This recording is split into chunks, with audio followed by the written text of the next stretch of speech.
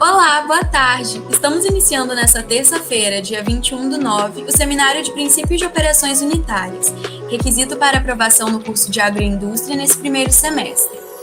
Nós, componentes do grupo de desidratação da turma D36, instruídos pela professora Fabrícia Matos, iniciamos nosso seminário agora. Peço aos participantes que se apresentem.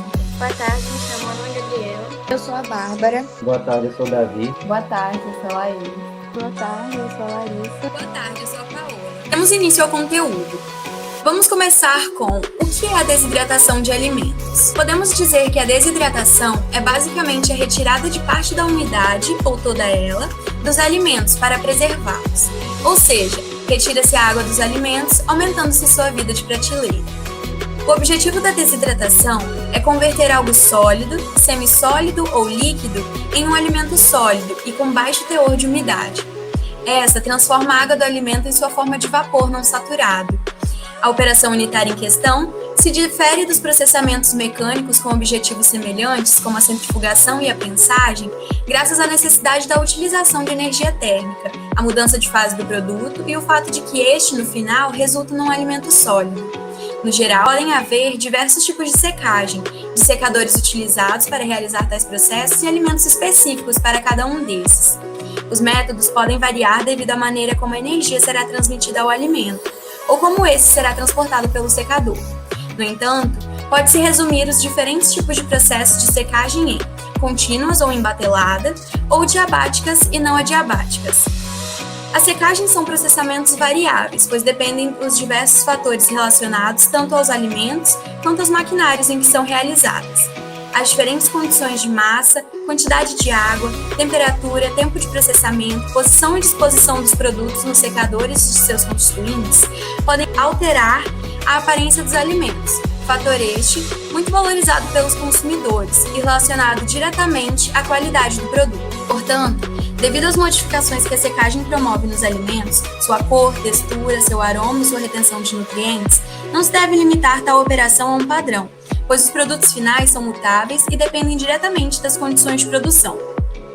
Como ela é realizada? A mais simples e utilizada seria expor o alimento ao sol durante algum determinado período de tempo, enquanto este seca. Porém, com o avanço das tecnologias e formas de processamento, desidratar um alimento tornou-se uma tarefa um tanto complexa tecnologicamente. Atualmente, as grandes indústrias fazem uso dos diversos modelos de secadores disponíveis no mercado. Basicamente, as frutas, verduras e leguminosas, enfim, o produto que será desidratado é descascado, limpo e selecionado quanto à data de colheita. Geralmente se escolhe os mais frescos, evitando-se putrefações ou possíveis danos causados à matéria. É cortado em fatias finas de mesma espessura, dependendo do formato e tamanho das unidades, disposto nos espaços do maquinário, escolhido e posto no secador específico para o tipo de secagem desejada e os alimentos a serem processados. E aí são deixados por diversas horas em determinadas temperaturas para que sequem completamente.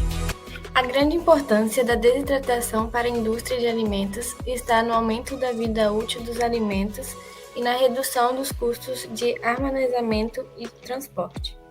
A maioria dos alimentos contém água, e sua presença facilita a deterioração, pois as bactérias, por exemplo, precisam de umidade para se proliferarem.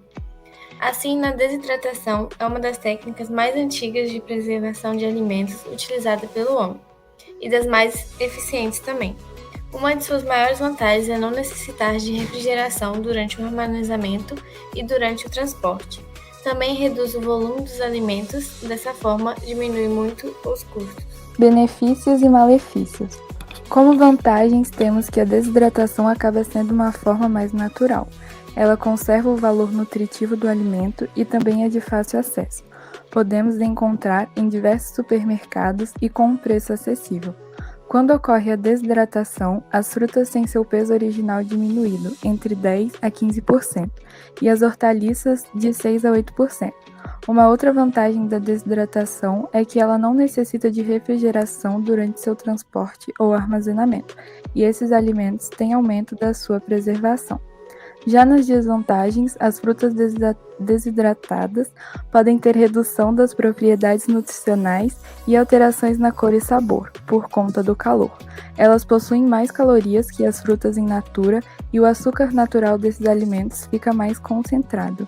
O secador tem mecanismo para transporte do material alimentado em direção à saída, a uma velocidade tal que o tempo de permanência dele em seu interior seja suficiente para a secagem até a umidade final desejada. Nos secadores contínuos, os fluxos do ar de secagem do material a ser seco ocorrem de forma paralela. A operação adequada aos secadores contínuos depende de um maior grau de automoção. Os secadores em bateladas operam de modo descontínuo, isso é, secagem feita separando o material em lotes que serão processados individualmente. Equipamentos que operam em batelada têm menor custo, pois exigem menor grau de automoção de processo. Adiabáticos e não adiabáticos. Quando a transferência de calor é direta, o calor é fornecido integralmente pelo contato direto do ar aquecido com o material a ser seco, na superfície ou no interior do qual ocorre a evaporação, sendo que a transferência de calor ocorre por convecção. O processo é chamado de secagem adiabática, pois o calor latente de vaporização da água contida no produto é totalmente obtida do calor sensível do ar aquecido. Quando o calor é fornecido ao produto independentemente do gás usado para carregar a umidade vaporizada, temos os secadores indiretos. O aquecimento pode ser fornecido por condução por meio de uma placa metálica em contato com a substância ou, menos frequentemente, por exposição da substância à radiação infravermelha ou por aquecimento dielétrico. Os secadores adiabáticos funcionam com o uso do ar quente e é da seguinte forma: o aumento da temperatura do produto a ser desidratado força a evaporação da água, enquanto a circulação do ar imóvel remove a umidade evaporada. O calor por condição ou radiação é desconsiderado e há uma implicância de que a transferência de calor ocorra apenas entre ar quente e material úmido. É a energia convertida em calor latente para a vaporização de água. Existem vários tipos de secadores. O primeiro que nós vamos falar são os secadores de bandejas, os quais apresentam uma estrutura e construção simples e de baixo custo. É um dos mais comuns nos processos de batelada, sendo muito flexíveis e ajustáveis em questões de temperatura, tempo e etc. Constituem câmaras com várias bandejas de base fixa onde o produto é depositado, a fim de ser seco. O ar é aquecido e circula sobre as bandejas ou através delas por meio de ventiladores e um sistema que conserva o calor. Para que tenhamos desidratação uniforme, é preciso que telas, condutores ou bandejas perfuradas sejam utilizadas, de forma que o ar consiga percorrer de forma homogênea pelo material.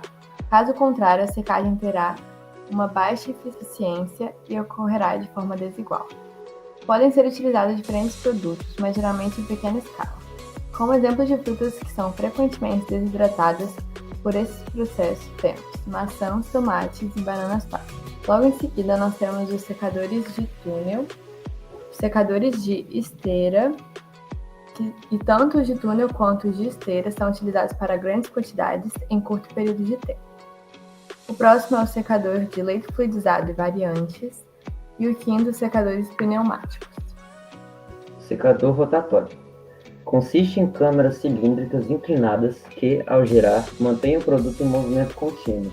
O cilindro é provido de pás ou aroletas internas para favorecer a mistura do produto e o seu contato com o ar quente, evitando que grude nas paredes. O modo de aquecimento pode ser direto quando o produto está em contato com o ar quente ou indireto quando este circula pelo exterior da câmara e, portanto, o aquecimento ocorre por condução e radiação através da parede. Secador do tipo tambor. São cilindros metálicos ocos que giram horizontalmente. Em seu interior circula um meio de aquecimento, em geral vapor à pressão, e a superfície do cilindro atinge de 120 graus a 170 graus. O produto líquido ou em forma de papa é aplicado como uma fina camada sobre a superfície externa do tambor. Secador de atomização. O processo consiste em pulverizar o produto dentro de uma câmara submetida a uma corrente controlada de ar quente. E dessa maneira se consegue uma evaporação dos solventes, em geral água, obtendo-se uma separação ultra rápida dos sólidos solúveis contínuos. com a mínima degradação do produto a secar, terminando esse processo com a recuperação do produto já em pó. Secadores de grãos embatelados. Existem inúmeros sistemas de secagem e resfriamento de grãos embatelados. Em alguns sistemas, as operações são realizadas no próprio silo de armazenamento, sem movimentar o lote, e em outros sistemas, a recirculação ou agitação da batelada de grãos. Há também a secagem de camadas. Secadores de leito móvel, adequado para sólidos particulados que são pouco pulverulentos. Por exemplo, grão de café, soja, milho, trigo, cevada e arroz.